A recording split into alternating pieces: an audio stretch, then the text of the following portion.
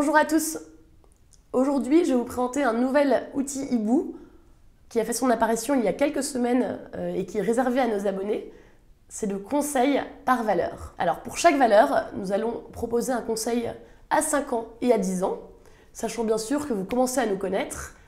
Plus c'est long terme, plus les probabilités de gain, de réussite sont fortes. Donc on vous encourage bien sûr à regarder de préférence le conseil à 10 ans. Concrètement, ce conseil, comment il se décompose? Eh bien, il a 5 gradations. La plus basse, c'est vendre, suivi de alléger, conserver, acheter, et enfin, le plus fort de nos conseils, c'est renforcer. Voilà pour le conseil, mais concrètement, comment est-ce qu'on le construit? Je vous évoquais dans ma vidéo sur le PERS la rentabilité structurelle à long terme que l'on aime bien estimer pour chaque valeur chez Hibou.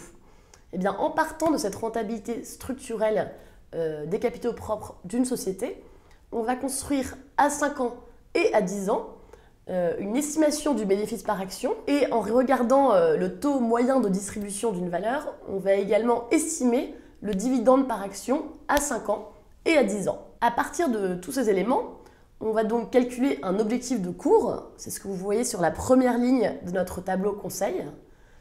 Et en rapportant cet objectif de cours à 5 ans et à 10 ans, donc par rapport au cours d'aujourd'hui de la valeur, on va donc calculer une croissance annuelle attendue du cours. À partir du dividende estimé dont je vous parlais, rapporté également lui aussi au cours du jour, c'est-à-dire le cours auquel on investit, on va également calculer notre objectif de rendement. Ce sont les deuxième et les troisième lignes de notre tableau conseil.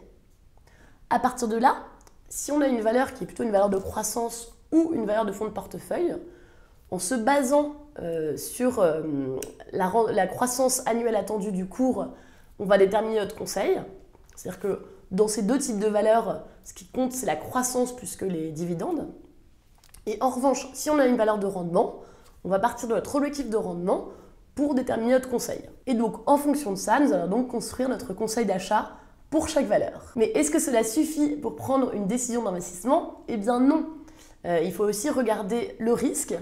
Alors le risque Hibou, je vous l'ai présenté, mais on a également construit le risque fondamental et le risque boursier. Alors ces deux risques, pareil, c'est une gradation de 5, donc spéculatif quand c'est très risqué, puis élevé, moyen, modéré, et enfin un risque faible. Alors, le risque fondamental, c'est très simple, c'est la combinaison, la multiplication en fait, de deux outils Hibou que vous connaissez déjà, la résilience et donc le risque que j'évoquais tout à l'heure. Plus la résilience est haute et plus le risque est faible, et bien plus le risque fondamental sera faible. Et à l'inverse, plus la résilience est basse et plus le risque est élevé, plus notre investissement sera spéculatif sur le plan fondamental. Et quant au risque boursier, c'est le même principe. On va combiner bêta et Max Rodon. Alors rappelons-le, le bêta, c'est l'indice de corrélation avec le marché. Et chez Hibou, on choisit de le calculer sur 10 ans, donc toujours long terme, et par rapport au SBF 120, qui est donc cet indice français de référence que vous commencez à bien connaître. Et donc, plus le bêta est élevé, plus la valeur va refléter les mouvements du SBF 120, et à l'inverse, plus il est proche de zéro, et plus la valeur va être décorrélée par rapport au marché. Et quant au Max Rodon, que pareil, chez Hibou, nous calculons sur 10 ans, il représente en fait la perte maximale qu'aurait subi un investisseur s'il avait acheté sur ces 10 dernières années au plus haut et revendu au plus bas.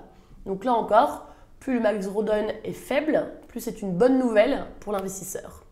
Et donc notre risque boursier, pour résumer, plus le bêta et le Max Rodon sont élevés, plus notre investissement est spéculatif sur le plan boursier.